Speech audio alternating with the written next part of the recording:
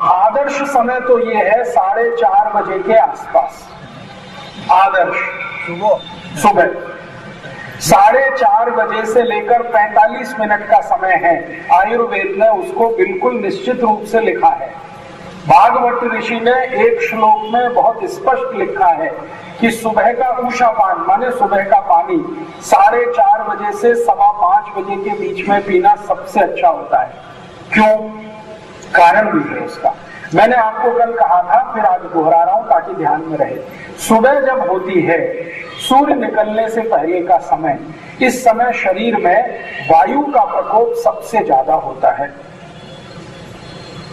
दोपहर जब होती है, सूर्य बहुत तेज तपता है, उस समय शरीर में पित्त का प्रकोप सबसे ज्यादा होता है।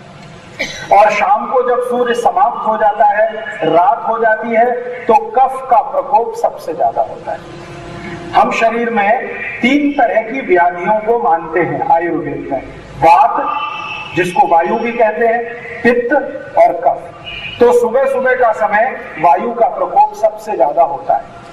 और भागवत ऋषि बोलते हैं कि शरीर में जो होता है वो बाहर है वही होता है।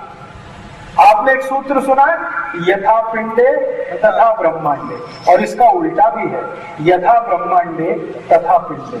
जो ब्रह्मांड में होगा वही पिंड में होगा। तो सुबह का जो समय है, उषा काल, सूर्य निकलने के पहले का, उस समय वातावरण में सबसे ज्यादा वायु का प्रवाह रहता है। आप कभी भी ये महसूस कर सकते हैं, सुबह के समय वायु सबसे ज्यादा रहती है वातावरण। इसलिए बोला जाता है ना, सुबह उठकर टहलना, सुबह उठकर मॉर्निंग वॉक जाना, सुबह उठकर लोगों को ये आने जाने के बारे में।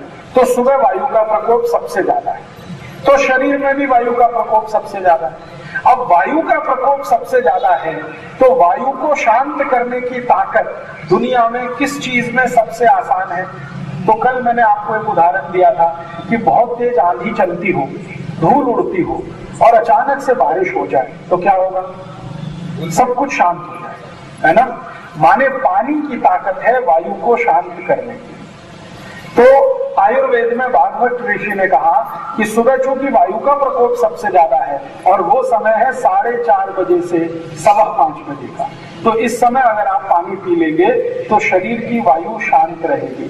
और वायु अगर शांत रहेगी तो वायु से उत्पन्न होने वाले लगभग 48 रोग आपकी जिंदगी में कभी भी नहीं आएंगे। दोस्तों, सबसे पहले तो चैनल सब्सक्राइब करें, फिर लाइक, कमेंट और शेयर करें।